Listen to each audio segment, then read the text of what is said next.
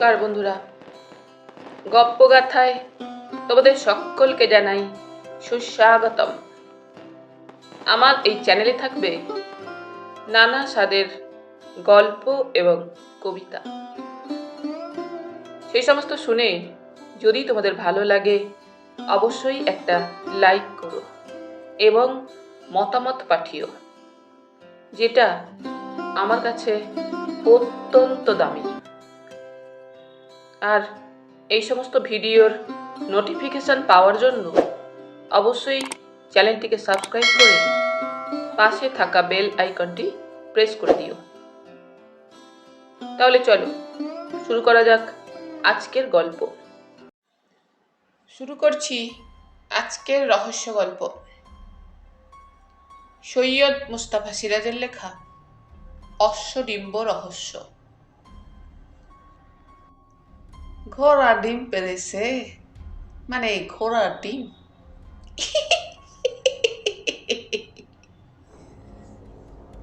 খি খি করে হাসতে লাগলেন কৃতান্তবাবু। প্রাইভেট গোয়েন্দা কে কে হালদার, গণেশ অ্যাভিনিউতে যার রীতিমতো হালদার ডিটেকটিভ এজেন্সি আছে। ভদ্রলোক বিরক্ত হয়ে বললেন, এতে হাসির কি আছে? যা সত্যি তা সত্যি, গিয়ে দেখে আসুন না আমার গ্যারাজে। কৃত্তান্তবাবু আরো খি খি করে বললেন, আপনার গ্যারাজে মোটর গাড়ির বদলে ঘোড়া থাকে বুঝি? থাকে। ভদ্রলোক রুষ্টভাবে বললেন, কারণ তেলের খরচ প্রচন্ড বেড়েছে। একটা গাড়ি রাখার খরচ আপনি নিশ্চয়ই জানেন। কলকাতার রাস্তাঘাটের যা অবস্থা, হরদম পার্টস বদলাতে হয়। সেই সব খরচ হিসেব করে দেখেছিলুম, এর চেয়ে ঘোড়া পোষার খরচ অনেক কম। ছোটাতে পারলে ছোটেও গাড়ির মতো জোরে। কথা হচ্ছিল কর্নেল নীলাদ্রি সরকারের ড্রয়িং রুমে বসে। কর্নেল বুরুশ দিয়ে একটা তামার ফলক ঘষে সাফ করছিলেন। সম্প্রতি লোহাগড়ার জঙ্গলে কুড়িয়ে পেয়েছেন ফলকটি। অজানা হরফে কি সব লেখা আছে ওতে। মন্তব্য করলেন, গাড়ির ইঞ্জিনের সঙ্গে হর্স পাওয়ারের অর্থাৎ অশ্বশক্তি কথাটার যোগ আছে হালদার মশাই। আধুনিক যুগেও গতিশীল কোনো যন্ত্রের গতিশক্তি বোঝাতে হর্স পাওয়ারের কথা চালু। কৃতান্তবাবু হাসি চেপে বললেন, জানি, কিন্তু ইনি যা বলছেন তাতে মনে হচ্ছে কবে শুনবো মোটর গাড়িও ডিম পেড়েছে। পারলেও অবাক হওয়ার কিছু নেই। পৃথিবীতে অসম্ভব বলে কিছু থাকাটাই অসম্ভব। কর্নেলের কথায় কৃতান্তবাবু খুব অবাক হয়ে গেলেন। বললেন, তা হইলে আপনি বলছেন ঘোড়ার ডিম কথাটা সত্যি? কর্নেল কোনো জবাব দিলেন না আর। আমি বললুম, ইনি এমন করে বলছেন যখন, তখন হয়তো সত্যি। ভদ্রলোক জোর গলায় বলে উঠলেন, জল জ্যান্ত সত্যি। সত্যি বলেই তো ছুটে এসেছি কর্নেল সাহেবের কাছে। ভদ্রলোকের বয়স 50-এর কাছাকাছি। পরনে ধোপ দুরস্ত সাদা ধুতি পাঞ্জাবি, মোটা সোটা নাদুস নুদুস গরম, চাঁচা ছোলা মুখ, আঙুলে অনেকগুলো দামি পাথর বসানো আংটি। কারবারই বড়লোক বলেই মনে হয়। নাম যদুগোপাল চৌধুরী, থাকেন ব্যারাকপুর এলাকায়। তিনি হন্তদন্ত ঘরে ঢুকেই নিজের নাম ধাম বলে এক নিঃশ্বাসে তার গ্যারাজের অশ্বডিম্বটির বিবরণ দিয়েছেন। আমার বা কৃত্তান্তবাবুর উপস্থিতি গ্রাহ্য করেননি। কাজেই আমার মনে হয়েছে ভদ্রলোক কর্নেলের কীর্তিকলাপ ভালোই জানেন, তাই তার সাহায্য নিতে ছুটে এসেছেন। কৃতান্তবাবু অর্থাৎ প্রাইভেট গোয়েন্দা কে কে হালদারকে এতক্ষণ বেশ উত্তেজিত দেখাচ্ছিল। বুঝতে পারছিলুম কেসটি হাতে পেলে উনি কোমর বেঁধে রহস্য ভেদে নামতে রাজি। কর্নেলের কথাটা শোনার পর বেশ গম্ভীর হয়ে গোপের ডগা পাকাচ্ছেন এবং আর চোখে যদুগোপাল বাবুকে দেখছেন। কর্নেল তামার ফলকটি টেবিলের ড্রয়ারে রেখে সোফায় এসে বসলেন।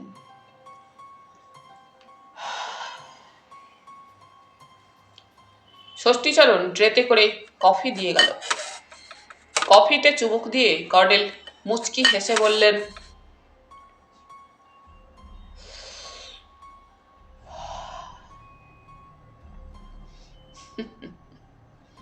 কি হালদার মশাই, অশ্বডিম্ব রহস্যের কেসটা নেবেন নাকি? কীর্তন্তবাবু কিছু বলার আগে যদুগোপালবাবু বললেন, সাহেব, আমি কিন্তু আপনার কাছেই এসেছি। কীর্তন্তবাবু আরও গম্ভীর হয়ে গেলেন। কর্নেল বললেন, ইনি প্রখ্যাত ডিটেকটিভ কে হালদার। আগে জেনারেল পুলিশ অফিসার ছিলেন, রিটায়ার করে প্রাইভেট ডিটেকটিভ এজেন্সি খুলেছেন। আমার মনে হয় এসব রহস্যের মীমাংসা উনিই ভালো করতে পারবেন। কি মুশকিল! যদুগোপালবাবু ক্ষুব্ধভাবে বললেন, রহস্যটা তো কোনো চুরি ডাকাতি বা খুন খারাপি সংক্রান্ত নয়, নেহাত সায়েন্টিফিক রহস্য। আপনি শুনেছি সায়েন্স টায়েন্সও চর্চা করেন, তাই। কথা কেড়ে ক্ষুব্ধ কৃতান্তবাবু বললেন, তা আপনি সায়েন্টিস্টদের কাছেই যান না কেন? গিয়েছিলাম তো, যদুগোপালবাবু বললেন। কেউ কোনো কিনারা করতে পারেননি। কর্নেল বললেন, ডিমটি কত বড়? পেল্লায়, যদুগোপালবাবু বললেন। তারপর সেটির সাইজ দেখালেন হাতের মাপে। মনে হলো ডিমটি অন্তত হাত দেড়েক উঁচু।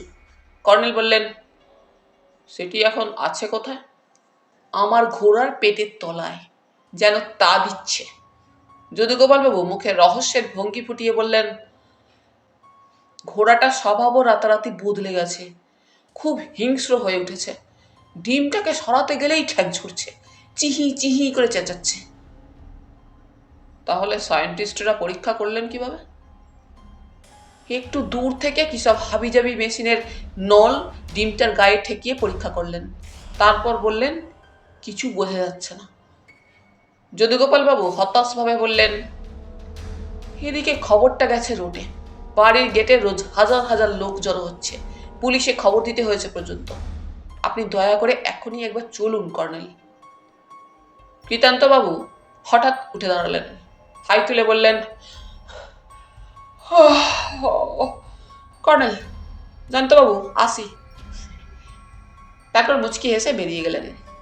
আমি বললাম, আচ্ছা যদুগোপালবাবু, ডিমটি কবে দেখতে পেলেন বলেননি কিন্তু?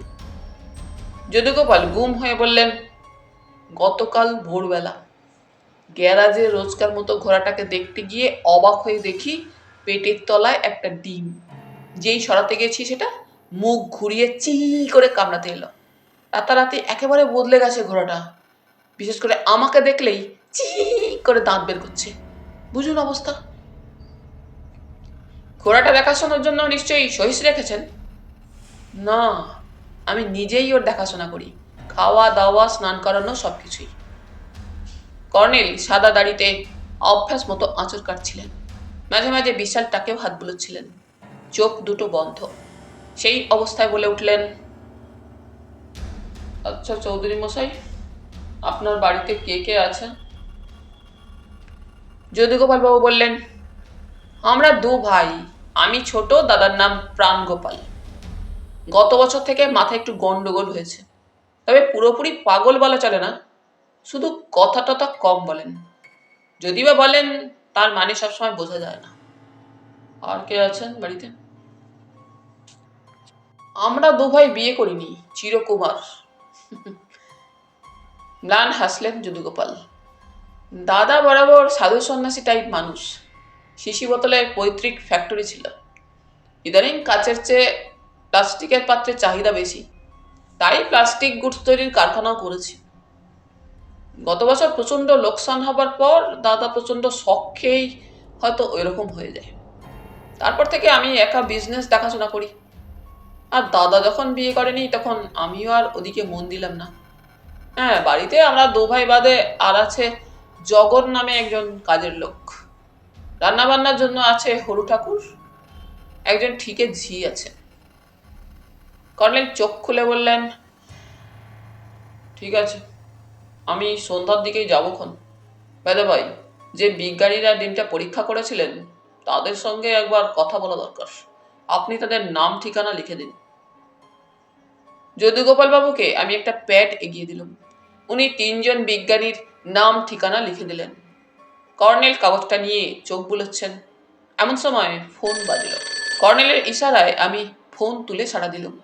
খুব ব্যস্তভাবে কাকে জিজ্ঞেস করতে শুনলুম, হ্যালো, এটা কি 296395?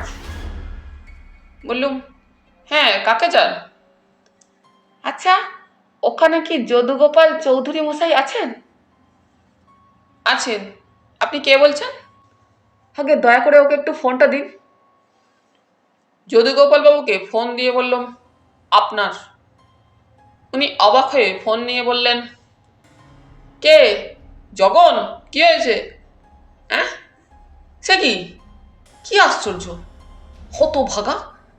তোকে না নজর রাখতে বলেছিলুম, খালি খাবি দাবি আর গাঁজা টেনে। ফোন রেখে যদুগোপাল বাবু ফ্যাস ফ্যাসে গলায় বললেন, কি অদ্ভুত কাণ্ড!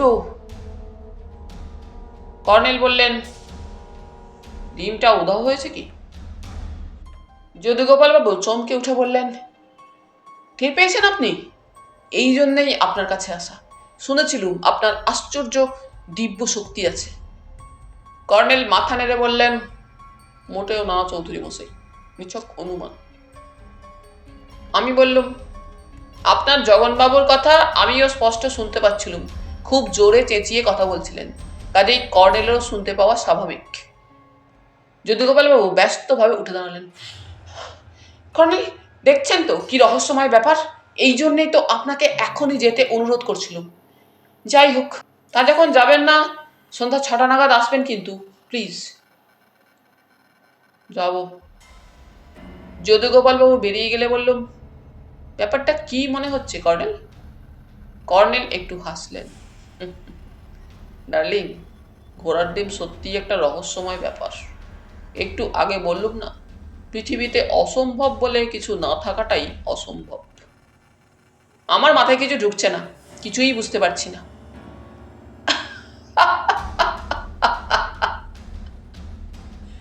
অর্থাৎ তুমি ঘোড়ার ডিম বুঝেছ। যদুগোপাল বাবুদের বাড়িটা একেবারে গঙ্গার ধারে। মাঝখানে সেকেলেগড়নের দোতলা দালান, চারিদিকে অনেকটা জায়গা ঘিরে পাঁচিল। গ্যারেজটা উত্তর পূর্ব কোণার পাঁচিল ঘেঁষে। ঘরে ঢুকেই চোখে পড়েছিল ওই গ্যারেজে একটা কালচে রঙের ঘোড়া চুপচাপ দাঁড়িয়ে আছে। মিটমিটে বাতি জ্বলছে সেখানে। দালান বাড়ির বাকি 3 দিকটায় ঝোপ জঙ্গল, কিছু গাছ। বুঝলুম একসময় এগুলো ফুল ফলের বাগান ছিল, অযত্নে এখন জঙ্গলে হয়ে গেছে। কর্নেল প্রথমেই গ্যারাজে যেতে চাইলেন ঘোড়াটাকে দেখতে। যদুগোপাল বাবু ব্যস্তভাবে সেদিকে নিয়ে চললেন আমাদের, তার হাতে টর্চ। গ্যারেজের সামনে গিয়ে বললেন, ওই দেখুন, ঘোড়াটার পেটের তলায় ওইখানে ডিমটা ছিল। জগন, হরু ঠাকুর, কাজের মেয়ে লক্ষ্মী প্রত্যেকে ডিমটাকে দেখেছে। 3 জন সায়েন্টিস্ট দেখেছেন, পুলিশও দেখে গেছে। আজ সকালে যখন আপনার কাছে যাব বলে বেরোচ্ছি, তখনই আমি দেখে গেছি। অথচ তারপরে ডিমটা হঠাৎ উধাও। জগন বলছে বাজারে গিয়েছিল একটা কাজে, ফিরে এসে দেখে ডিমটা নেই। কর্নেল আমাকে অবাক করে ঘোড়াটার কাছে গেলেন এবং তার চোয়ালে হাত বুলিয়ে আদর করলেন। ঘোড়াটা যেন ঝিমুচ্ছে, তেমনি স্থির দাঁড়িয়ে রইল। শুধু ওর কালো চামড়াটা একবার তীর তীর করে কেঁপে উঠল। যদুগোপাল বললেন, ডিমটা চুরি যাওয়ার পরও আগের মতো শান্ত হয়ে গেছে। এও এক আশ্চর্য রহস্য। রহস্য। কর্নেল চারিদিকে চোখ বুলিয়ে বললেন, তো চলুন যদুগোপাল বাবু, আপনার দাদার সঙ্গে আলাপ করা যাক। যদুগোপাল বাবু একটু বিব্রত হলেন যেন। বললেন, তা যাবেন তো চলুন, তবে দাদার মুডটা আজ বড্ড খারাপ দেখছি সকাল থেকে। হরু ঠাকুর ব্রেকফাস্ট দিতে গিয়েছিল, ছুঁড়ে ফেলে দিলেন। দুপুরেও খেতে চাননি। জগন অনুরোধ করতে গিয়েছিল, তাকে থাপ্পড় মেরেছেন। আর আমাকে তো ইদানিং কেন যেন দেখলেই খেপে ওঠেন, চেঁচামেচি করে বলেন, তোর মুখদর্শন করব না। আমি জিজ্ঞেস করলুম, কেন একথা বলেন জানতে চাননি? খোয়া ঢাকা সংকীর্ণ রাস্তার দুধারে বর্মি, বাঁশ, ফণিমনসা, ঝাউ, আগাছা। বাড়ির দোতলায় একটা ঘরের জানালা থেকে একটু আলো এসে পড়েছে। পা বাড়িয়ে যদুগোপাল ম্লান হেসে বললেন, বিয়ে করিনি, হয়তো তাই।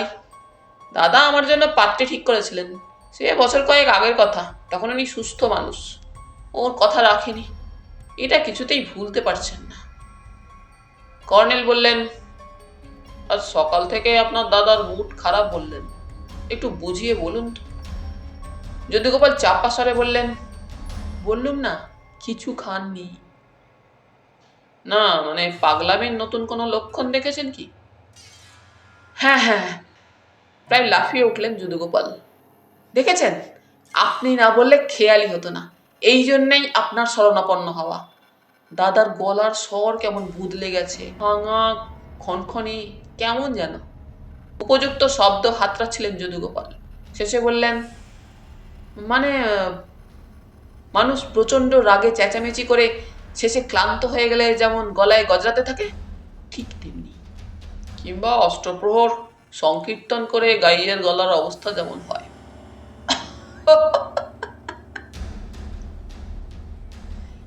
কর্নেলের এই মন্তব্যে আমি হো হো করে হেসে ফেললুম। যদুগোপালও দুঃখের মধ্যে হাসবার চেষ্টা করে বললেন, তাও বলতে পারেন অবশ্য। মোট কথা দাদার মুড ভালো নেই।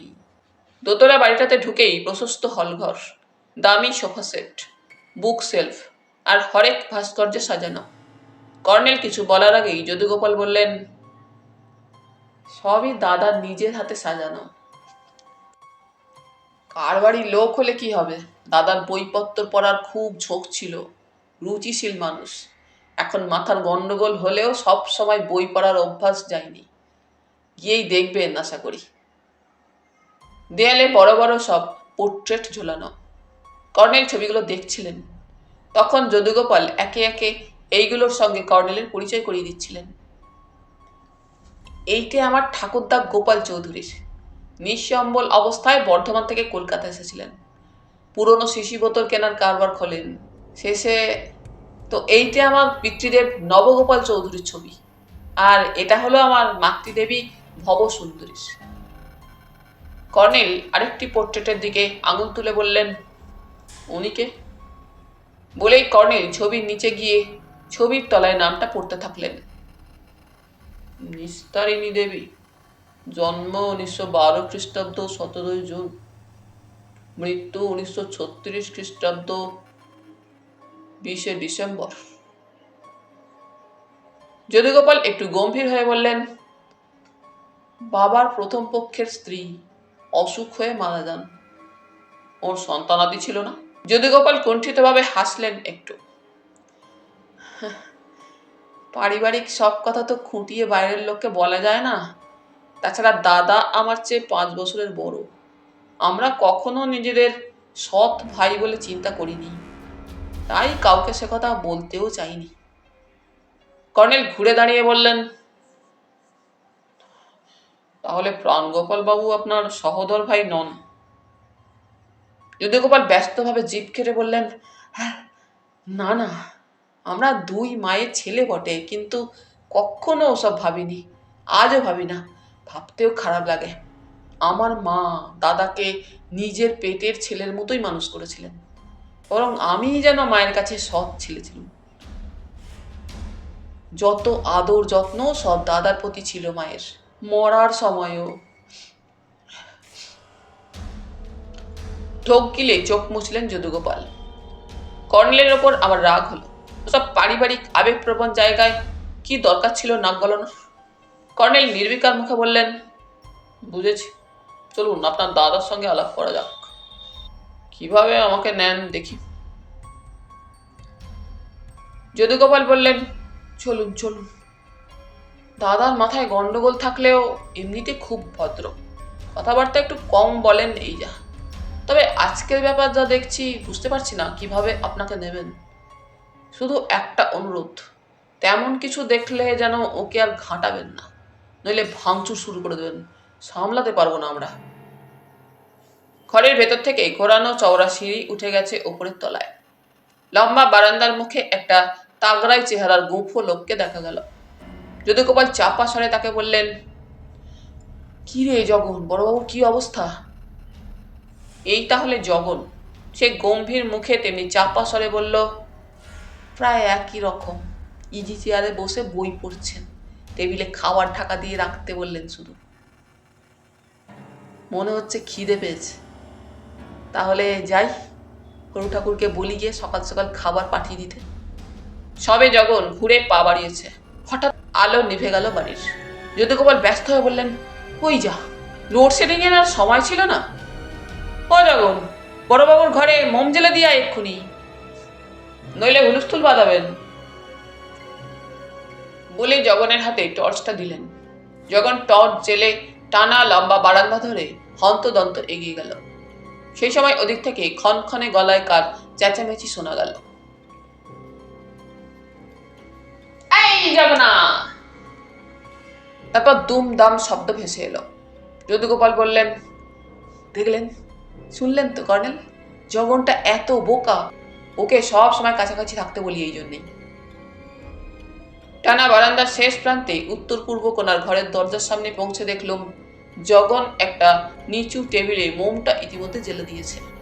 উত্তরে জানালার কাছে আমাদের দিকে পেছন ফিরে ইজি চেয়ারে এক ভদ্রলোক হেলান দিয়ে বসে আছেন। তার মাথায় একরাশ সাদা কালো বড় বড় চুল। পাশ দিয়ে দেখা যাচ্ছে ওর দুহাতে ধরা একটা খোলা বই। জগন মোমটা আরো একটু সরিয়ে এনে বলল, এবার পড়তে পারছেন তো বড়বাবু? ঠিক আছে, তুই যা। জগন দরজার সামনে এসে আমাদের দিকে আঙুল তুলে বলল, দুজন বাবু মশাই আপনার সঙ্গে দেখা করতে এসেছেন বড়বাবু। আমার সময় নেই, যেতে বল। যদুগোপাল বললেন, দাদা, ইনি বিখ্যাত লোক কর্নেল নীলাদ্রি সর্দার। তুমি তো কাগজ পড়ে ওর কত গল্প করতে। এখন না, পরে আসতে বল, আমি ব্যস্ত। যদুগোপাল হতাশ মুখে কর্নেলের দিকে ঘুরেছেন। ঠিক সেই সময় কেউ হেঁড়ে গলা চেঁচিয়ে উঠল, অমনি জগন কিরকম যেন হয়ে গেল। যদুগোপাল বারান্দার রেলিং এ ঢুকে চেঁচাতে থাকলেন, পাকড়ো পাকড়ো। কর্নেল ও আমি ভ্যাবাচাকা খেয়ে গেছি। দুজনেই বারান্দার রেলিং এ যদুগোপালের পাশে গিয়ে ঝুঁকে পড়ল, নিচে কি ঘটেছে দেখার জন্যই। কিন্তু ঘটনাটা ঘটছে পশ্চিম দিকে, যেদিকে গঙ্গা। এই যদুগোপালের টর্চের আলোয় কিছুই দেখা যাচ্ছে না। জগন আমাদের পাশ কাটিয়ে দৌড়ে চলে গেল সিঁড়ির দিকে। কিছুক্ষণ পরেই জগনের চিৎকার ভেসে এলো, ডিমচোর ডিমচোর। যদুগোপাল ব্যস্তভাবে বলে উঠলেন, চলুন কর্নেল, শিগগির চলুন, জগন ডিমচোরকে ধরেছে মনে হচ্ছে। বলে কর্নেলের হাত ধরে টানতে টানতে নিয়ে চললেন। নিচে গিয়ে শুনি চেঁচামেচিটা উত্তর পশ্চিম কোণ থেকে ভেসে আসছে। সেদিকে ছুটে গেলাম তিনজনে। টর্চের আলো দেখা যাচ্ছে সেখানে। ঝোপ ঝাড় লতাকুঞ্জে জায়গাটা একেবারে ঠাসা জঙ্গল। সেখানে পৌঁছে দেখলুম সদ্য একটা গর্ত খোঁড়া হয়েছে। যদুগোপাল বললেন, কি ঠাকুর, কি ও কিসের গর্ত? এই লোকটা তাহলে হরু ঠাকুর। সে হাঁপাতে হাঁপাতে বলল, ঘোড়ার ডিমের গর্ত ছোটবাবু, সাইজটা দেখুন না গর্তের। চোর আজ সকালেই ডিমটা চুরি করে এনে এখানে পুঁতে রেখেছিল, এখন সুযোগ বুঝে সেটা নিয়ে গেছে। কর্নেল বললেন, তুমি কিভাবে টের পেলে ঠাকুর মশাই? হরু ঠাকুর বলল, আমার কান খুব খাড়া স্যার, রাত বিরেতে পাতাটি ঝরলেও শুনতে পাই। কিচেন থেকে খসখস শব্দ শুনতে পেয়েছিলাম। ওই দেখছেন কিচেন, জানালা দিয়ে টর্চের আলো ফেলে দেখি কে ওখানে কি একটা করছে। অমনি দৌড়ে এলুম। লোকটা ঘোড়ার ডিমটা নিয়ে পালিয়ে গেল। তাকে দেখেছো তাহলে? চেহারাটা কেমন? আগে আবছা দেখেছি, যা জঙ্গল, ওই দেখুন না জুতোর ছাপ। লোকটা বুদ্ধিমান। গুঁড়ো এবং চাপ নরম মাটিতে জুতোর সোলের ছাপ আছে বটে। কর্নেল জিজ্ঞেস করলেন, কি বয়সী লোক মনে হলো ঠাকুর মশাই? হরু ঠাকুর একটু ভেবে বলল, তা আমার বয়সী মনে হলো। হ্যাঁ, নাকটা বেজায় লম্বা স্যার। হ্যাঁ, তোমার বয়স কত হলো ঠাকুর মশাই? তা স্যার 60-62 হয়ে গেল প্রায়।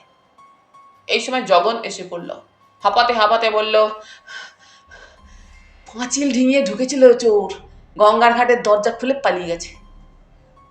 কর্নেল ঝুঁকে সদ্য খোঁড়া গর্তটা দেখছিলেন। আমিও দেখতে থাকলাম। ঘোড়ার ডিমটার যা সাইজ বলেছিলেন যদুগোপাল, সেই সাইজের গর্তই বটে। একটু পরে কর্নেল সোজা হয়ে দাঁড়িয়ে বললেন, চলুন যদুগোপাল বাবু, ব্যাপারটা দেখছি সত্যি রহস্যময়। যদুগোপাল পা বাড়িয়ে উত্তেজিতভাবে বললেন, রীতিমতো রহস্যময়। এই জগন, ঘাটের দরজায় খিল দিয়েছিস? দিসনি তো? যা যা খিল দিয়ে দে। চলুন কর্নেল। হলঘরের বারান্দায় পৌঁছেছি, তখন আলো জ্বলে উঠল। লোডশেডিং বাবুদের মতিগতি বোঝা দেয়। দেখে থেকে মনে হয় কে যেন কলকাতাবাসীদের সঙ্গে মজার খেলা খেলছে, আলো আধারি খেলা। হলঘরে ঢুকে কর্নেল হঠাৎ বললেন, আচ্ছা যদুগোপাল বাবু, আপনার প্লাস্টিক গুডসের কারবারের দেখাশোনা করার জন্য কোনো ম্যানেজার রেখেছেন নিশ্চয়ই? এই প্রশ্নে যদুগোপাল একটু অবাক হয়ে বললেন, রেখেছি, কিন্তু। কর্নেল বললেন, না, এমনি জানতে ইচ্ছে হলো। আমার কেন যেন মনে হচ্ছে এই ঘোড়ার ডিমের রহস্যের পেছনে অন্য কারো হাত আছে। যদুগোপাল চাপা স্বরে বললেন, ঠিক বলেছেন, আমারও তাই সন্দেহ। সেই জন্যই দাদার সঙ্গে আপনার কথাবার্তা হওয়া দরকার। চলুন আরেকবার দাদার মুডটা ট্রাই করা যাক। চলুন, এ রহস্য ভেদ করতেই হবে। এখন আলো জ্বলছে। আমরা টানা বারান্দা হয়ে দোতলায় প্রাণগোপাল বাবুর ঘরের সামনে পৌঁছলুম। দরজা তেমনি খোলা, নিচু টেবিলে মোমটা তেমনই জ্বলছে, কিন্তু ঘরে এখন বিদ্যুতের আলো।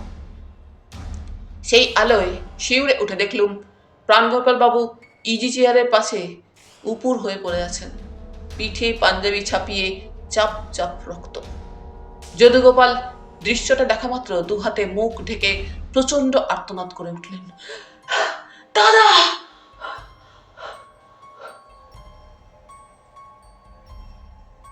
কর্নেলের নেওটা এবং সঙ্গী হওয়ায় এ যাবৎ বিস্তর খুন খারাপি আর রহস্যময় কাণ্ড কারখানা দেখেছি।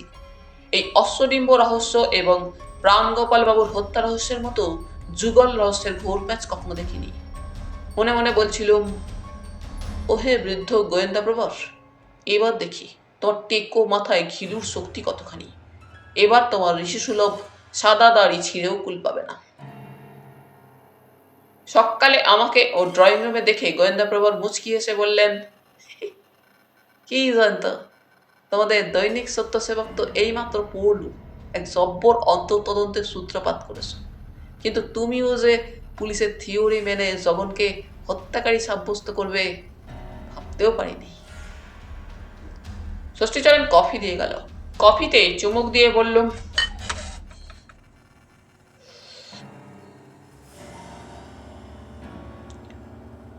ঘটনাস্থলে আমিও ছিলুম।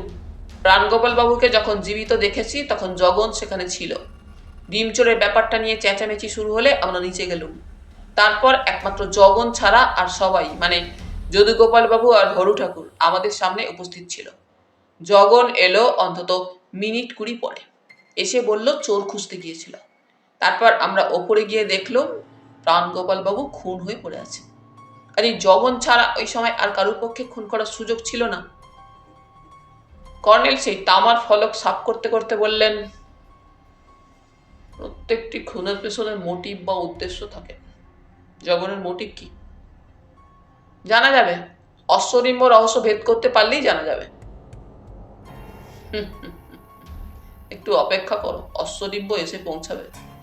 ভীষণ চমকে গিয়ে বললুম, তার মানে ঘোড়ার ডিমে কি ঠ্যাং গজিয়েছে, নাকি ডিম ফুটে ঘোড়ার বাচ্চা বেরিয়েছে যে আপনার ফ্ল্যাটে এসে হাজির হবে? এই সময় কলিং বেল বাজিল।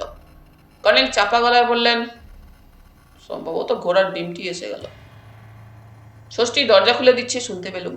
তারপর দেখলুম ঘোড়ার ডিম টিম নয়, প্রাইভেট গোয়েন্দা কে কে হালদার মশাই সহাস্যে ঢুকে গুড মর্নিং জানালেন।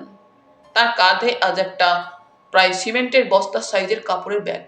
ধপাস করে সোফায় বসে বললেন, কফি কফি দরকার। কর্নেল ষষ্ঠীকে ডেকে আর 1 কাপ কফি আনতে বলে মুচকি হাসলেন। ডার্লিং, কি বুঝছো? বললুম, বুঝছি, আপনার নাকি একটা তৃতীয় চোখ থাকার কথা শোনা যায়। সেটা নিছক গুজব। কেন কেন?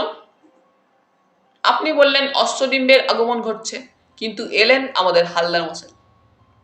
গোয়েন্দা কৃতান্ত হালদার খি খি করে হেসে পূর্ববঙ্গীয় ভাষায় বললেন, কি কাণ্ড! আমি আইসি, অশ্বডিম্ব আইসে, বড্ড টায়ার্ড জানতো বাবু, খুলে দেখেন। বলে প্রকাণ্ড ঝোলাটি 2 হাতে তুলে আমার 2 উরুর ওপর স্থাপন করলেন। চমকে উঠে ঝোলা খুলতেই আমার চোখ ছানা বড়া হয়ে গেল। প্রকাণ্ড সাদা একটা ডিম, অন্তত হাত দেড়েক উঁচু তো বটেই। হালদার মশাই খি খি করে হাসতে থাকলেন।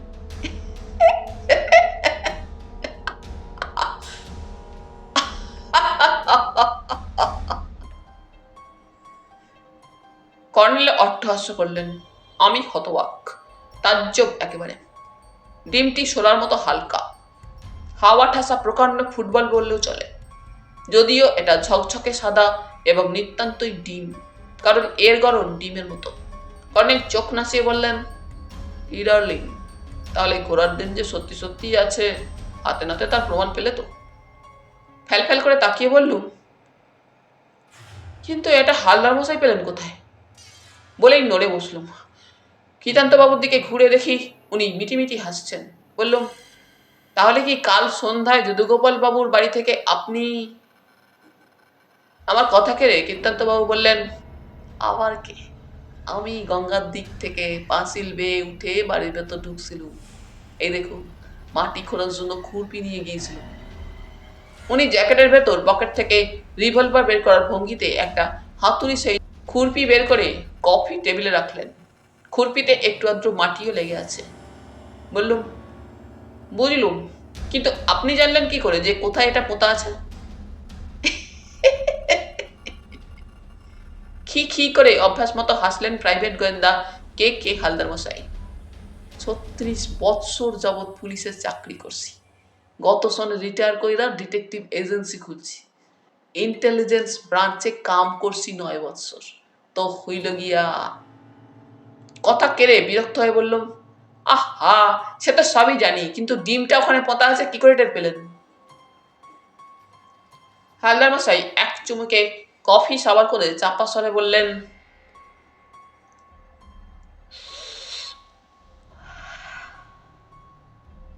যদুগোপাল বাবুর বাড়ির পেছনে গঙ্গা, গঙ্গার ধারে জঙ্গলে ভর্তি। তো গতকাল সকালে এখান থেকে বেরিয়ে গেলুম যখন, তখন মাথায় ওই একটাই চিন্তা, ঘোড়ার ডিমটা একটা অসম্ভব ব্যাপার। এদিকে যদুগোপাল বাবু এখানে কর্নেলের সাথে কথা বলছেন, এই সুযোগে জিনিসটা দেখে আসি আগে। কিন্তু গিয়ে দেখি গেট বন্ধ, কোনো পুলিশ টুলিশ কিচ্ছু নেই। ডাকাডাকি করলে একটা লোক, মানে ওই জগন ব্যাটার ছেলে, আমাকে ভাগিয়ে দিল। তখন গলি রাস্তা ঘুরে বাড়ির পেছনে চলে গেল, ডাইনে ঘুরে ঝোপ জঙ্গলে ঢুকে পড়লুম। তারপর পাঁচিলের কাছে একটা ঝাঁকড়া গাছে উঠে বসলো। কর্নেল ফোড়ন কাটলেন, পুলিশের চাকরিতে গাছে চড়ার ট্রেনিংও নিতে হয়, আসামি ধরতে পাঁচিলও ডিঙোতে হয়। হয়, কৃতান্তবাবু উৎসাহে ছাই দিলেন। কতবার কত গাছে চড়ছি, কত পেল্লায় পাঁচিল ডিঙিয়েছি। বিরক্ত হয়ে বললাম, আহা, তারপর কি হলো বলুন? কৃতান্তবাবু ঠিক করে হেসে বললেন, পাঁচিলের ধারে গাছের ডালে হনুমানের মতো বসে আছি, ডালপালার পাতা নাড়ালে লুকিয়েই বসে আছি। হঠাৎ দেখি সেই ব্যাটার ছেলে জঙ্গুলে বাগানের ভেতর দিয়ে এই জিনিসটা চুপি চুপি নিয়ে আসছে। এনে করলো কি, ঝোপের ভেতর একটা ছোট্ট শাবল দিয়ে মাটি খুঁড়তে লাগলো। গর্ত করে জিনিসটা, মানে এই ডিমটা, পুঁতে মাটি ঢাকা দিল। দিয়ে একটু তফাৎ থেকে ঘাসের চাপড়া এনে বসিয়ে জায়গাটা স্বাভাবিক করে দিল। তারপর চলে গেল। আমি চিন্তায় পড়ে গেলুম, এ তো ভারী রহস্যময় ব্যাপার। কিন্তু এখন যদি ভেতরে ঢুকি তাহলে ওর নজরে পড়ার চান্স আছে। কি দরকার ঝুঁকি নিয়ে? তাই সন্ধ্যাবেলায় এসে ডিমটা চুরি করার মতলব করল। এ পর্যন্ত শুনেই হাসতে হাসতে বললুম, বুঝেছি, কাল সন্ধ্যাবেলা তাহলে আপনিই এটা চুরি করে এনেছেন। কি কাণ্ড! কর্নেল চুরুট ধরিয়ে বললেন, মনে পড়ছে তো জয়ন্ত, হালদার মশাই কিন্তু জগনের ফোন করার আগেই এ ঘর থেকে বেরিয়ে গিয়েছিলেন। উনি ডিম চুরি যাওয়ার কথা শুনে যাননি। জোর গলায় বললুম, কাজেই শেষ পর্যন্ত বোঝা যাচ্ছে আমার থিওরি কারেক্ট। পুলিশ ঠিক লোককেই অ্যারেস্ট করেছে। তার মানে জগন নিজে ডিমটা লুকিয়ে ফেলে যদুগোপাল বাবুকে মিথ্যে কথা বলছিল ফোনে। অতএব, কর্নেল ফুরুকুচকে মিটিমিটি হেসে বললেন, তারপর? অতএব বললুম, ডিমটার ভেতর কিছু রহস্য আছে। তার আগে বলো, তুমি ওটা সত্যি সত্যি ঘোড়ার ডিম বলে মনে করছো কিনা? মোটেও না। তাহলে জিনিসটা কি? ডিম্বাকৃতি হালকা জিনিসটা নাড়াচাড়া করে বললুম, তিনজন বিজ্ঞানী নাকি এটা পরীক্ষা করেছেন, তারাও এর হদিস করতে পারেননি। আমি নিতান্ত এক সাংবাদিক, আমি বড়জোর ওই তিন বিজ্ঞানীর কাছে সাক্ষাৎকার নেব। নাম ঠিকানা আপনাকে তো যদুগোপালবাবু দিয়ে গেছেন, কই লিখে দিন আমাকে। কর্নেল টেবিলের ড্রয়ার থেকে নোটবুক বের করে পাতা উল্টে বললেন, লেখো। Doctor B A Adhikari, 17-2 Haridatta street, Kolkata 6। Doctor N K Kharai, 332 south Aurobindo lane, Kolkata 76। Doctor R P Sharma, 101-3 central avenue, Kolkata 12। ডিমটা এখন কৃত্তান্ত বাবুর হাতে। নোটবইতে নাম ঠিকানাগুলো টুকে নিয়ে বললুম, উনি ডিমটা নাকে ঠেকিয়ে শুকছেন। বললেন, কেমন একটা গন্ধ বুঝলেন কর্নেল, কতবার রোগড়ে ধুয়েও দুর্গন্ধটা যাচ্ছে না। কর্নেল এতক্ষণে ওর কাছ থেকে ডিমটা নিয়ে শুকে বললেন, অ্যামোনিয়ার সঙ্গে থাইরামাইন জাতীয় রাসায়নিক পদার্থ মেশালে এরকম একটু কটু গন্ধ ছড়ায়। গোড়া কেন, যে কোনো জন্তুর কাছে ওই দুটো জিনিস মাখিয়ে কিছু রাখলে সে নেশাগ্রস্ত হয়ে পড়ে। শুধু তাই নয়, নেশাচ্ছন্ন অবস্থায় থাকলেও হিংস্র হয়ে উঠেছে, কাছে শব্দ বলেই চমকে ওঠে এবং কামড়াতে আসে। যাই হোক জয়ন্ত, তুমি ওই তিন বিজ্ঞানীর কাছে আমার এই অভিমত জানাতে পারো। তারা কি বলেন শোনো।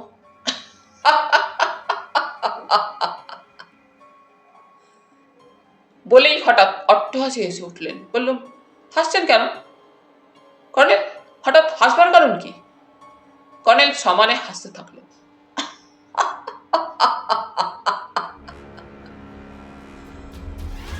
কৃত্তান্তবাবু হাঁ করে আছেন। হঠাৎ আমার সন্দেহ জাগল, কর্নেল ওই রাসায়নিক দ্রব্যের সংক্রমণে প্রাণীর মতোই নেশাগ্রস্ত কিংবা পাগল, প্রায় হিংস্র হয়ে পড়েননি তো? আমি কাছে যেতে সাহস না পেয়ে ডাকতে থাকলাম, কর্নেল কর্নেল প্লিজ। ষষ্ঠীও ভেতরের দরজার পর্দা তুলে তার বাবা মশাইকে এমন বিকট হাসতে দেখে হাঁ করে দাঁড়িয়ে গেছে।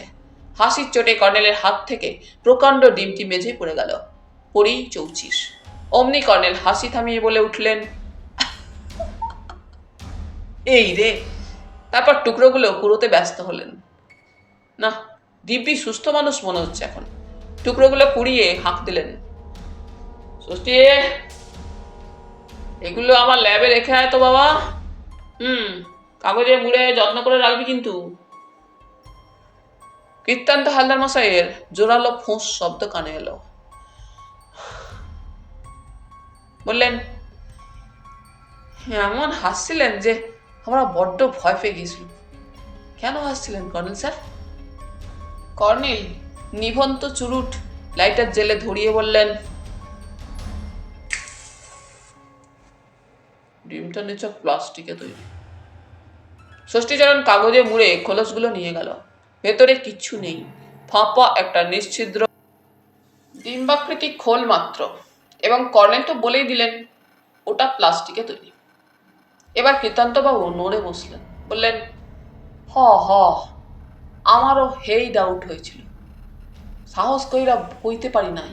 হ, ঠিক কইছেন, প্লাস্টিক। সঙ্গে সঙ্গে আবার মুখ দিয়ে বেরিয়ে গেল, যদুগোপালবাবুর প্লাস্টিক গুডস তৈরির কারখানা আছে না? আছে। কর্নেল চুরুটের ধোয়ার মধ্যে বললেন,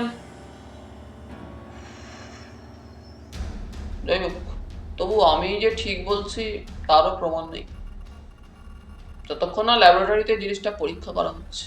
ডার্লিং, তুমি বরং তোমার কাজটা আজই সেরে ফেলো। ওই তিন বিজ্ঞানীর কাছে গিয়ে ওদের মতামত জেনে নাও। দেরি করো না, বেরিয়ে পড়ো। সন্ধ্যা 6টা নাগাদ কর্নেলের ফ্ল্যাটে হাজির হলুম। তখন আমি ক্লান্ত, ক্ষুব্ধ। ধপাস করে ওর জাদুঘর সদৃশ ড্রয়িং রুমের ভেতরে সোফায় বসে পড়ে সকালের কৃতান্তবাবুর গলায় বললুম,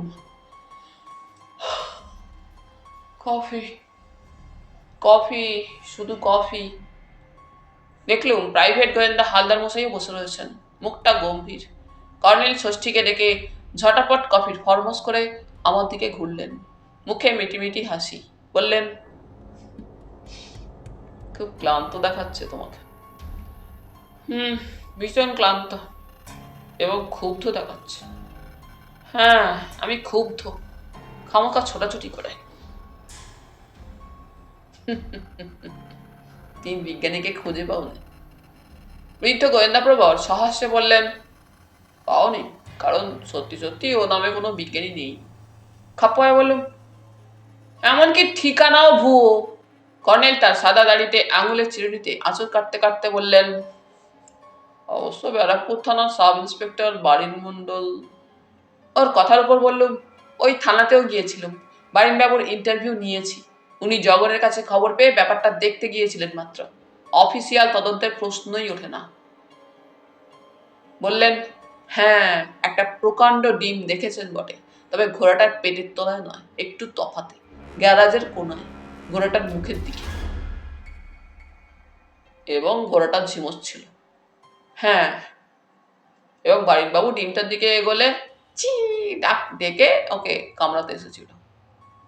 এবার অবাক হয়ে বললাম, তাহলে আপনি তো সবই জানেন দেখছি।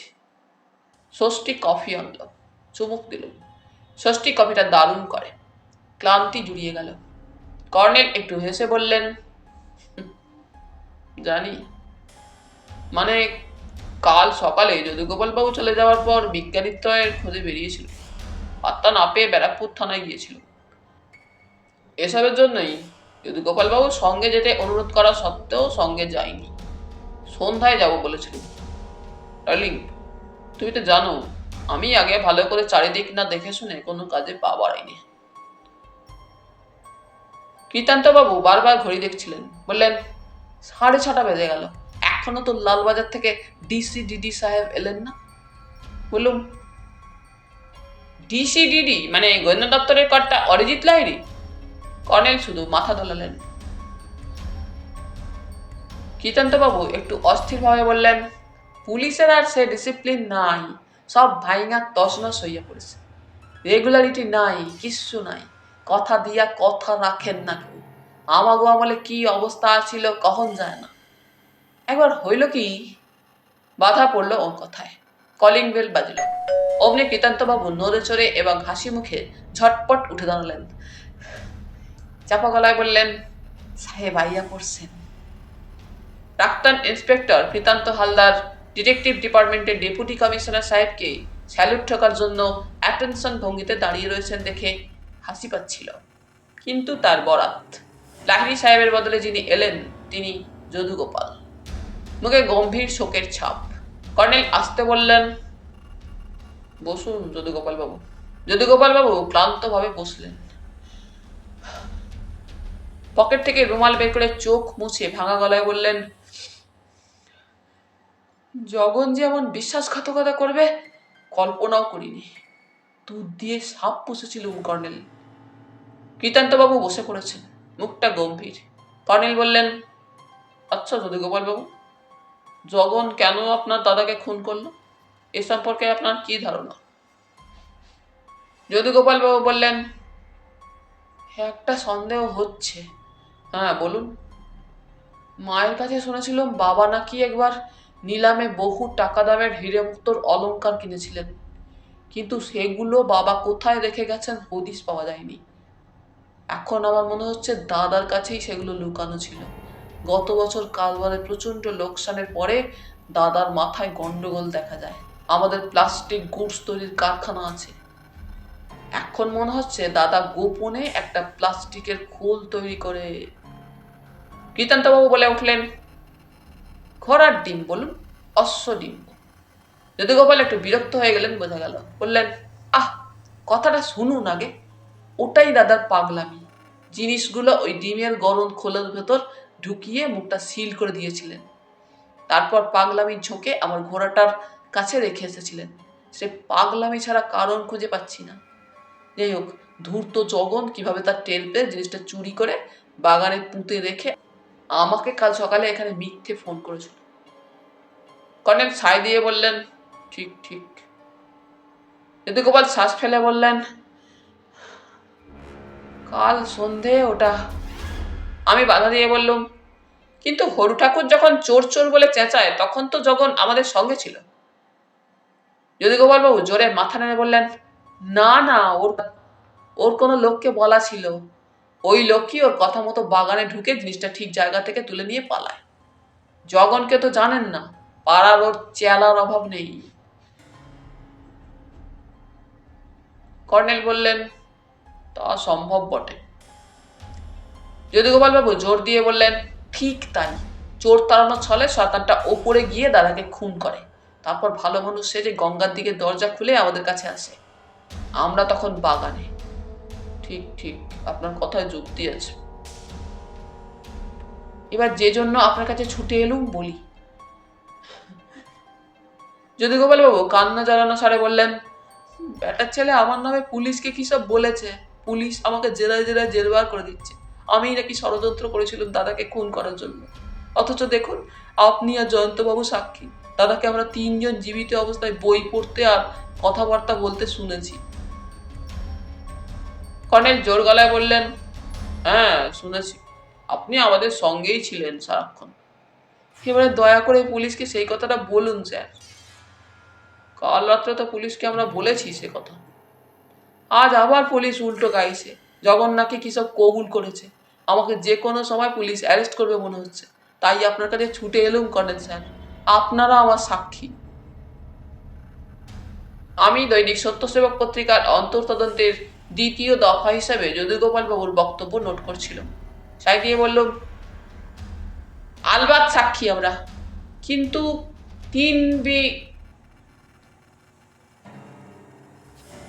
বিজ্ঞানীটা আর বলা হলো না। কর্নেল চোখ কটমটিয়ে বললেন, থামো তো তুমি। এই কাগজের লোকগুলো তিলকে তাল করতে ওস্তাদ। তারপর যদুগোপাল বাবুর দিকে মিঠে গলায় বললেন, একটু বসুন, কফি খান। লালবাজার থেকে ডিসিডিডি সাহেব এসে যাবেন, আমরা তাকে বলবো, হ্যাঁ সুস্পষ্ট ভাষায় বলবো, আপনার দাদাকে আমরা জীবিত অবস্থায় দেখেছি এবং তখন আপনি আমাদের সঙ্গে ছিলেন, ঘরে পর্যন্ত ঢোকেননি। এমনকি হরু ঠাকুরের চেঁচামেচি শুনে যখন নিচের বাগানে যাই তখনও আপনি আমাদের সঙ্গে ছিলেন। আপনার সঙ্গে আমরা বাগান থেকে ফের যখন ওপরে আপনার দাদার ঘরে যাই তখন ওকে নিহত অবস্থায় দেখি। কাজেই আপনাকে খুনি সাব্যস্ত করার কোনো উপায় নেই। পুলিশ যাই বলুক, আপনি কিচ্ছু ভাববেন না। যদুগোপালবাবু ধাতস্থ হয়ে বসলেন, রুমালের চোখ মুছতে থাকলেন। বললেন, দাদাকে চিরদিন সহোদর বলেই জেনেছি। আমাকে মানুষ করেছেন দাদা, আর তাকে আমি। বাবু কি বলতে যাচ্ছিলেন, কলিং বেল বাজল, কিন্তু এবার আর উঠে দাঁড়ালেন না সেলাম ঠাকার জন্য। মুখটা কেমন বাঁকা। ডিসিডিডি অরিজিৎ লাহিড়ী ঘরে ঢুকেই বললেন, my old man, you are right, একেবারে কাঁটায় কাঁটায় রাইট, ওটা পাওয়া গেছে। বাবু এতক্ষণে উঠে খট করে সেলাম ঠুকলেন। অরিজিৎ তার দিকে তাকালেন না। যদুগোপাল বাবুকে দেখে কর্নেলকে জিজ্ঞেস করলেন, ইনি কে? কর্নেল পরিচয় করে দিলেন। অমনি যদুগোপাল বাবু হাউ মাউ করে কেঁদে বলে উঠলেন, এরা সাক্ষী স্যার, এদের জিজ্ঞেস করুন। আমি। লাহিড়ী সাহেব বললেন, কর্নেল একবার ফোন করব? স্বচ্ছন্দে। কর্নেল কোনার দিকে তুলে রাখা ফোনটা দেখিয়ে দিলেন। লাহিড়ী সাহেব ফোনে কার সঙ্গে চাপা গলায় কিসব কথাবার্তা বলে সোফায় এসে বসলেন। যদুগোপাল বাবুর পাশেই বসলেন। লাহিড়ী সাহেবের হাতে একটা ব্রিফকেস নিচু টেবিলটাতে রেখে মৃদু হেসে কর্নেলকে বললেন,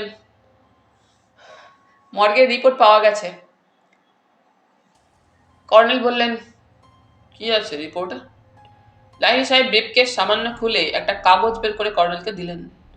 যদুগোপাল বাবু চাপা উত্তেজনায় সোজা হয়ে বসে বললেন, কি লিখেছে রিপোর্টে কর্নেল স্যার? কর্নেল একটু হেসে বললেন, বলছি, কাল আমিও জয়ন্ত ঠিক কটা নাগাদ আপনার বাড়ি গিয়েছিলাম যদুগোপাল বাবু? যদুগোপাল হক চকিয়ে বললেন, টাইম তো দেখিনি স্যার, সন্ধ্যাবেলায় গিয়েছিলেন, ঠিক 6:30টায়।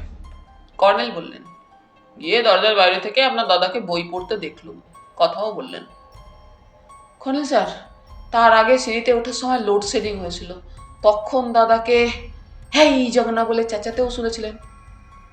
কর্নেল নির্বিকার মুখে বললেন, হ্যাঁ আপনার মুখস্থ আছে দেখছি। যাই হোক, মর্গের রিপোর্ট বলছে আপনার দাদার মৃত্যু হয়েছে বিকেল 4টে থেকে 6টার মধ্যে। তার মানে 6:30টার পর আমরা যখন প্রাণগোপাল বাবুর ঘরের সামনে যাই তখন উনি মৃত, অন্তত মর্গের বিশেষজ্ঞ ডাক্তারের মতে। খটকা আমারও লেগেছিল রক্তের চেহারা এবং ছড়িয়ে পড়ার ধরন দেখে। আজ করেছিলাম খুনটা সেই মুহূর্তে হয়নি। বিশেষজ্ঞের রিপোর্টে তা যাচাই হয়ে গেল। যদি কপাল ভাঙা গলায় বললেন, ভুল ভুল রিপোর্ট, ডাক্তার ঘুষ খেয়েছে জগনার কাছে। দাদা জগনের সঙ্গে কথা বলছে তাও শুনেছেন। জগন মোমের আলো ঠিক জায়গায় বসিয়ে দিল, তখন দাদা বললেন, ঠিক আছে তুই যা। তারপর জগন আপনাদের কথা বলল, তখন দাদা। বাধা দিয়ে কর্নেল লাহিড়ী সাহেবের দিকে একটা চোখ রেখে বললেন, যদুগোপাল বাবু, টেপ রেকর্ডার নামে একটা যন্ত্র আছে জানেন তো? যদুগোপাল বাবু উঠে দাঁড়ানোর চেষ্টা করতেই কৃতান্ত বাবু তাকে টেনে বসিয়ে দিলেন, আর সেই মুহূর্তে লাহিড়ী সাহেব একটা ছোট্ট টেপ রেকর্ডার বের করলেন ব্রিফকেস থেকে। যন্ত্রটায় ধুলো কাদা মাখা। লাহিড়ী সাহেব একটু হেসে কর্নেলকে বললেন, আপনি গ্যারাজে ঘোড়ার জামনা খাওয়ার পাত্রের তলায় খুঁজতে বলেছিলেন, ঠিক সেখানেই পাওয়া গেছে, তবে মেঝে পোতা ছিল। কর্নেল বললেন, হ্যাঁ, ওটাই সম্ভাব্য জায়গা বলে মনে হয়েছিল। লাহিড়ী সাহেব টেপটা চালিয়ে দিলেন। কিছুক্ষণ পরে খ্যানখ্যানে গলায় গতকাল সন্ধ্যার শোনা সেই চেঁচামেচি শোনা গেল। এই জগনা! তার আন্দাজ 2 মিনিট পরে, ঠিক আছে তুই যা, আমার সময় নেই, যেতে বল। এখন না, পরে আসতে বল, আমি ব্যস্ত। টেপ বন্ধ করে দিলেন লাহিড়ী সাহেব। কর্নেল বললেন, আমাকে নিজের নির্দোষিতার সাক্ষী রাখতে চেয়েছিলেন যদুগোপাল বাবু। এই বিকৃত স্বরে কথাবার্তা ওরই। দারুণ হত্যা পরিকল্পনা। জগন ওর সহকারী হয়েছিল টাকার লোভে। লাহিড়ী সাহেব বললেন, জগন সব কবুল করেছে, কিরে মুক্তর ব্যাপারটা সত্যি। তাই নিয়েই দুই ভাইয়ে ইদানিং ঝগড়াঝাটি চলছিল। কর্নেল বললেন, জগনকেও সন্দেহ করা যেত না, অ্যারেস্ট করার কারণ খুঁজে পেত না পুলিশ, কারণ সে আমাদের সঙ্গে থাকতো। কিন্তু আমাদের হালদার মশাই নাক গলাতে গিয়ে গন্ডগোল করে ফেলেছিলেন। উনি অশ্বনিম্ব চুরি করতে না গেলে জগন অমন করে দৌড়ে যেত না। কিছুক্ষণের জন্য সে আমাদের সঙ্গ ছাড়া হয়েছিল, তাই তার উপর সন্দেহ হওয়া স্বাভাবিক। নইলে পুলিশ বাইরের অজ্ঞাত পরিচয় খুনির পেছনে হন্যে হতো, ঘোড়ার ডিম খুঁজে বেড়াতো। কর্নেল হাসতে থাকলেন। বললুম, কিন্তু দ্বিতীয়বার গিয়ে প্রাণগোপাল বাবুকে উপুর হয়ে রক্তাক্ত অবস্থায় পড়ে থাকতে দেখেছি। কর্নেল বললেন, নিচে চোর চোর চেঁচামেচি শুনে জগন ঘর থেকে দৌড়ে বেরোনোর সময় বুদ্ধি করে আগেই মৃত প্রাণগোপালকে ধাক্কা মেরে ফেলে দেয়। ভুলে যেও না, তখন চোর চোর শুনে আমাদের চোখ অন্যদিকে ঘুরে গেছে, সেই সুযোগ সে নিয়েছে। এমনকি লোডশেডিংও সাজানো ব্যাপার, কারণ আমার চোখ এড়ায়নি, পাড়ায় আলো ছিল, শুধু ওই বাড়িটাই অন্ধকার হয়ে গেল। জগনই সিঁড়ির মাথায় দ্বিতীয় একটা মেইন সুইচ অফ করে দিয়েছিল। দ্বিতীয়বার গঙ্গার ঘাটের দরজা বন্ধ করার অছিলায় তাকে সরিয়ে দেওয়ার মানেই হলো আমাদের অসাক্ষাতে যেন সে আবার মেইন সুইচ অন করে দেয়। করেও ছিল তাই। লাহিড়ী সাহেব হাসলেন। কারেক্ট, নিচেই মেইন সুইচ থাকে, কিন্তু আমাদের এক অফিসারের চোখে পড়ে দ্বিতীয় একটা মেইন সুইচ সিঁড়ির মাথায় ডান দিকের দেওয়ালে বসানো হয়েছে, সেটা অন করা নতুন। কর্নেল বললেন, যদুগোপাল বাবুই দ্বিতীয়বার তার দাদার ঘরে যাবার জন্য তাগিদ দেন, মনে পড়ছে জয়ন্ত? কারণ এবার তাকে দেখাতে হবে প্রাণগোপাল বাবু নিহত হয়েছে। কৃতান্ত বাবু মুখ খুললেন এতক্ষণে, কিন্তু অশ্বডিম্বটার ব্যাপার বুঝলুম না। কর্নেল বললেন, খুব প্রাঞ্জল, আমি রহস্য টহস্যের গন্ধ পেলে ছুটে যাই। যদুগোপাল বাবু বিলক্ষণ জানেন, তাই প্লাস্টিক কারখানার আজগুবি অশ্বডিম্ব বানিয়ে পুলিশ অফিসার বারিন মণ্ডলকেও সেটা দেখিয়ে সাক্ষী রেখেছিলেন। সত্যি যেন ডিম্ব প্রসব করেছে তার ঘোড়া। তারপর আমার পক্ষে অশ্বডিম্বের প্লাস্টিক বডি টের পেতে দেরি হবে না ভেবে সেটা জগনকে বলে এসেছিলেন লুকিয়ে ফেলতে। ওটা আমাকে নিয়ে যাওয়ার একটা অছিলা। তাছাড়া পুলিশ এই খুনের সঙ্গে অশ্বডিম্ব রহস্য জড়িয়ে ধাঁধায় পড়ুক, এই ছিল ওর উদ্দেশ্য। যাই হোক, সিঁড়িতে বুটের শব্দ শোনা যাচ্ছে। অরিজিৎ, তোমার বাহিনী আসছে। যদুগোপাল বাবুর দিকে তাকিয়ে দেখলুম খড়ের কাকতারুয়া হয়ে বসে আছে। তাহলে বন্ধুরা, আজ এখানেই শেষ করলাম। আবার ফিরবো পরের পর্বে। তোমরা সকলে খুব খুব ভালো থেকো। ধন্যবাদ।